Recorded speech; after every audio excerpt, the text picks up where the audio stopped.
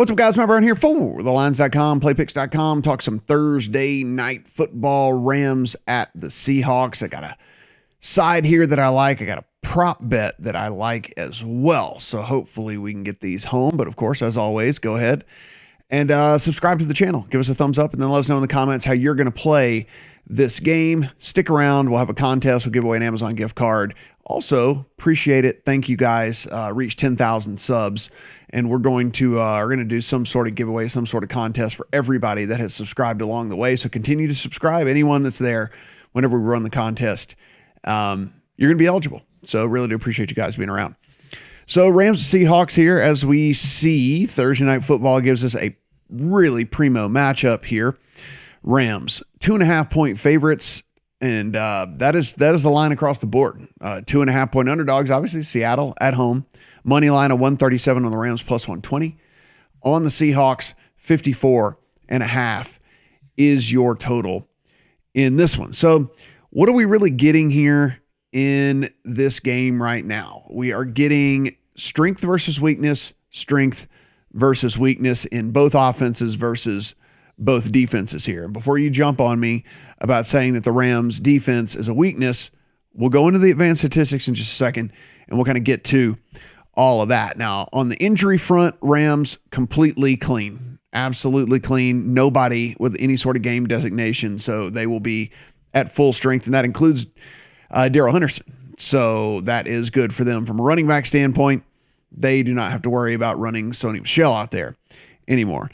On the Seahawks side, their running back situation actually got a little murky. Chris Carson is questionable. He has a neck injury, which apparently, according to some beat writers, think that this might be a multiple week neck injury for him. So Chris Carson might be out in this one, and Alex Collins might be going and get the bulk of the carries there for Seattle. Linebacker Benson Mayowa is questionable for them, but outside of that, they got some guys back and they got some guys healthy. There were a couple of guys that were questionable as well on the defensive side of the ball outside of Mayowa, and that is they're clean. So they didn't get any designation for this one. So a fairly healthy Seattle team and a completely healthy Rams team as we head into this thing. So as we're talking about, look, and I'll let you guys kind of read along here. We have a nice little breakdown, nice little injury update and all of that. But if we look at this game breakdown, I mean, listen, this offense for the Rams has been unbelievably awesome. Their second overall DVOA, PFF backs that up by grading them the third overall offense. If you look, I mean, the pass offense in the top 10 in both of these. Rush offense, not quite as good, but still really good. They've been very good at protecting Matthew Stafford as well. They're second in the league in pressure rate allowed on them. Pass block win rate is second in the league as well. So, I mean, this offensive line has been playing very, very well for Matthew Stafford, and it's given him time to throw, which is why this offense has been so good so far, specifically Matthew Stafford to Cooper Kupp. They're fourth in yards per play. They're fourth in yards per pass. Early down success rate is sixth overall. And they've had a really good third down offense as well. They're second in the league in third down offense. But not to be outdone is this Seattle team as well. On the offensive side, they're fourth DVOA overall. Now, Pro Football Focus a little bit more down on them. They have them 13th, but still upper half of the league offense. They still have them pass offense top 10 at 9. It's just the rush offense they have them a little bit lower, which grades them out overall a little bit lower. But the real big difference there, though, is if you watch any of these games, Russell Wilson is still running for his life out there. They are 31st in the league in pressure rate allowed. Now going up against Aaron Donald and company. Adjusted sack rate is 28th overall in the league. Their pass block win rate, say that real fast, pass block win rate, down at 19th in the league. So that is where this really just changes. Elite quarterbacks on both sides. Elite wide receivers on both sides. Cooper Kupp, listen, don't underestimate. Cooper Kupp is an elite wide receiver these days. You got Lockett and DK Metcalf on the other side.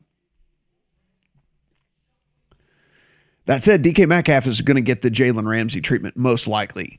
Jalen Ramsey doesn't always shadow, but he did shadow DK Metcalf last year. Held him one game, 2 catches for 28 yards.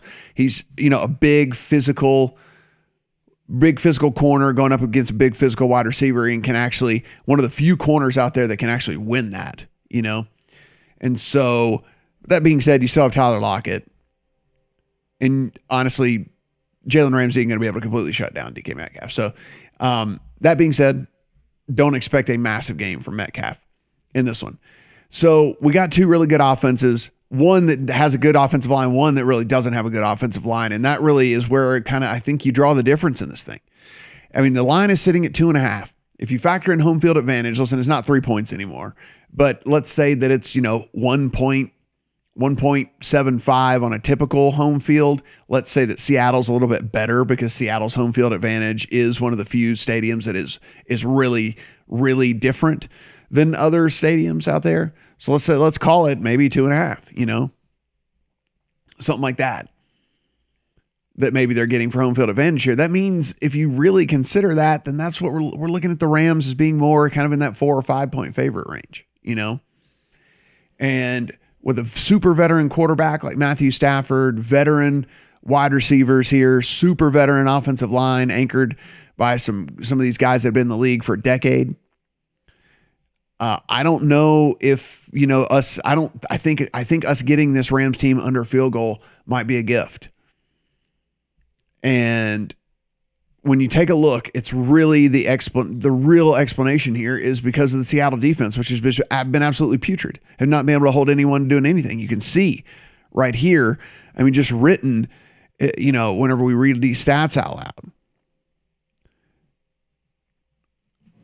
it's been crazy whenever you look at these stats. Defensively, they're 25th overall DVOA. Pro Football Focus hates their pass defense, 24th. DVOA, they're 27th.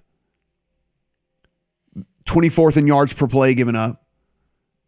22nd in yards per pass given up. 25th in yards per rush. They're allowing early down success rate. 23rd in the league. Early down success rate, they're 23rd in the league. Allowed. Early down EPA, allowed. 28th in the league. So you can see what this is all about here.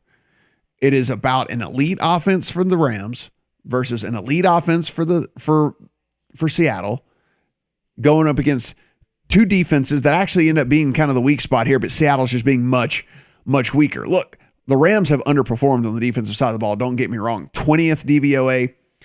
Now, there's a little bit of disagreement because Pro Football Focus likes them much, much better, actually, and has his defense actually overall graded in the top 5. So this is one of those rare situations where PFF and DVOA, Football Outsiders, really, really disagree. But this Rams team, only 17th in pressure rate on the defensive side of the ball. So you're looking at this team that, despite all this talent on the defensive line, it hasn't really been getting it done so far. That being said, if you're going to remedy and if you're going to find your groove and you're going to get into this and you're going to really start to play up to what people thought you were going to be heading into the season, the remedy for that is playing this Seattle offensive line that, like I said, is giving up pressure rate at 31st in the league. So I expect this Rams defense to be able to get in the backfield just like every team versus Seattle has been able to so far this year and really disrupt things, and for the Rams to be able to get a really hard-fought win on the road. You can see whenever we take a look here, again, dealing with a 2.5-point line, under a field goal, tightly contested game, but definitely like the Rams here at 2.5. Matthew Stafford, Cooper Kupp, Robert Woods and company, Tyler Higbee, all those guys end up making couple of more plays in this thing. If you look at this total at 54.5, listen, both of these teams are probably going to score here. And if you look, the Rams are actually playing at the fastest situation neutral pace in the entire league. And their games right now average the sixth most total points, 53.5 actually. And the fourth most total combined plays. They're top 5 in no huddle rate, so they're just running fast, this Rams team. They're just running at a blistering pace. And with the defense not playing really up to par and their offense scoring, it just equals a bunch of high-scoring games. That being said, if most projections have this kind of right on this number, so I don't see an edge one way or the other unless you just have a personal conviction this thing is going to be an absolute track meet, or if you think one of these defenses is going to play way, way better than they have the rest of the season and shut one of the other ones down. That's not me in this one. No play on the total. I do like the Rams at 2.5. On the prop side of things, listen, one of the things that we have not seen so far this year is Robert Woods really step up and have a really big game. That said, they came out, and after they got beat last week, Sean McVay came out and said one of the things he wants to do is get Robert Woods more involved in this offense. Do we believe, is this coach speak? Do we believe in Sean McVay? Listen, they're going to have to be a more diverse offense than just relying on Cooper Kupp at the wide receiver position. Higbee's been fine at the tight end position, but they're going to have to be more multiple in the wide receiver. And I think Robert Woods is going to finally kind of rebound here again against a team in Seattle on the defensive side of the ball who has one of the worst pass defenses in all of the league. So I'm actually going to take a flyer here, and I know we haven't seen it, but I'm playing both overs. I'm playing the over on the receiving yards on Robert Woods, and I'm also playing over on the receptions. And I'm getting plus money on this. My projections have him right at 5.5. Actually, I have him at like 5.8. So just, the tiniest little edge on the over. That being said, I'm getting plus money here, and I'm going with, again, what I think this offense is going to do. Everything isn't just completely what the computer spits out to me, what the algorithm spits out to me. So Robert Woods over on the yardage, over on the receptions in this one against one of the worst pass defenses in all the league that can't get any pressure. Not going to get any pressure on Matthew Stafford, who's going to have a lot of time to throw and a lot of time to do what he wants to do in this game. So those are my plays in this one, guys. Going to go with the Rams. No play on the total. Going to go Robert Woods overs here. And hopefully we continue the winning week. Been having a really good go at all of this. Be sure and tune in to the Megapod on Thursday as well, where me, Brad Allen, Stephen Andrus break down every single one of the games. And we keep this winning streak alive. Look, we've won 3 of the 4 weeks so far. Hopefully it'll be 4 of the 5 weeks so far here in the NFL season. Good luck on all your bets here on Thursday Night Football.